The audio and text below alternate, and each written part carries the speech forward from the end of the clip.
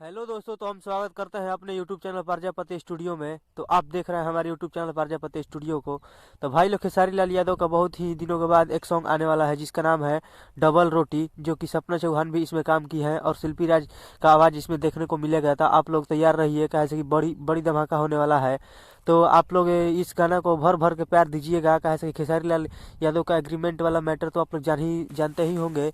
तो बहुत कम गाना आ रहा है, तो इसी सब गाना पर इतना प्यार दे दिया जाए कि खेसारी लाल यादव को लगे कि हाँ, उस उनको कोई दिक्कत नहीं है।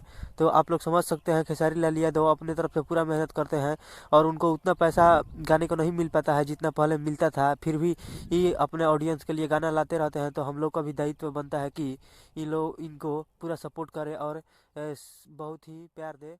और भाई लोग, हम बहुत दिनों के बाद वीडियो बना रहे हैं, तो आप लोग हमें भी प्यार दीजिए और सब्सक्राइब कीजिए चैनल को। कहे से कि ये कुछ कारण के कारण हम नहीं बना रहे थे वीडियो, लेकिन अब बनाने चालू कर दिए हैं। तो फिर से आप लोग तैयार रहिए और हमारे वीडियो